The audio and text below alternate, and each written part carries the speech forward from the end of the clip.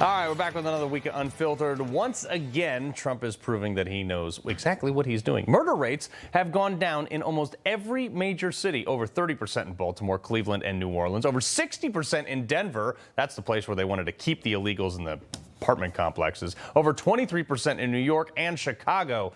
Two of our own Newsmax hosts, first-timer John Tabacco, host of Wise Guys on Saturdays here at 10 p.m., and our fan favorite, the prettiest guy on Newsmax, Rob Schmitt, host of... I already want to leave. 7 p.m. already. We got to give it. It's just you have great hair. Yeah, I appreciate that. All right. So, John, I'll give you the first one here. The crime's going down everywhere, and yet the libs are still protesting. Well, look, we saw Tampac's Tim. He's out there saying that they need to double down on what they did in 2024. Right. They need to open more borders. They need more boys and girls sports. They need to take away more of our medical freedom rights. So if they're doubling down on that stuff, I'd say that's actually good for us. But I had John Shell, chief of the New York City Police Department, yeah, I like that guy. Wise Guys just recently.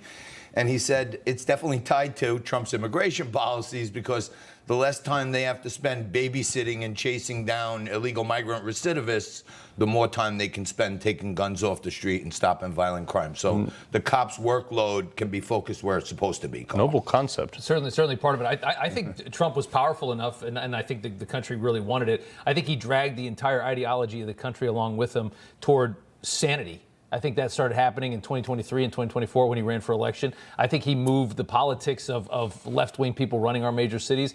He obviously has motivated police and showed them that if the president's behind you, they're going to police better.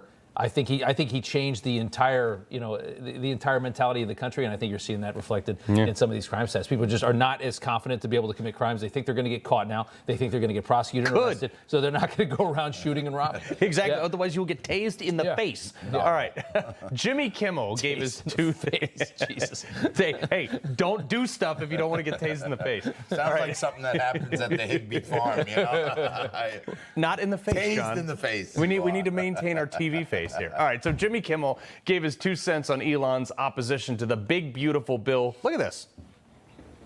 Trump versus Elon. What an unexpected. I'm not sure who to root for. It's like Diddy versus R. Kelly. Coming from a guy who, I wouldn't take any political advice from this guy, Rob.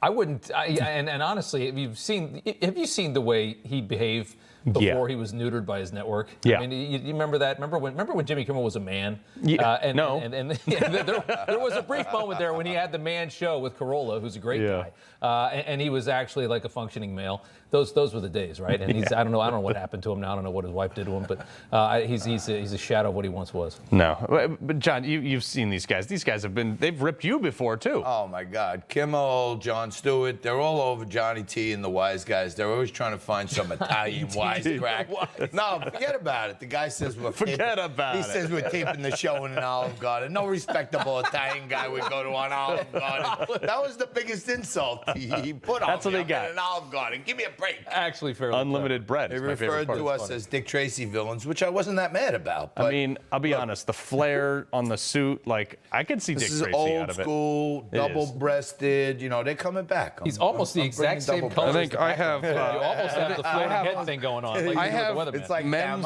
Yeah. It's like, exactly. I have Men's Warehouse custom American insert, but it's a fraction of what you're probably paying for your shoots. All right. So Greta Thunberg sailing to Gaza, where she should probably stay, but Israel is apparently prepared to act accordingly to stop her from entering. My guess is she's going to throw them one of these. How dare you? I mean, the high school autistic dropout should probably just stay there.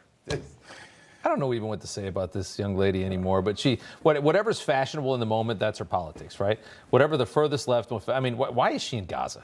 She's a climate change freak. She takes boats when she crosses the pond to go to another continent. It's a sailboat. Why? Yeah, she does, but that's how we know her, right? Now all of a sudden she's an expert on Middle East politics and she's a Hamas freak. I don't understand these people. I don't even think she's a kid, Cole. Remember Webster, the show Webster? That was the little guy like this, but he was really 40 years old. Yeah. I think she's a 40-year-old human acting the role of a 20-year-old or something. Now that's a conspiracy.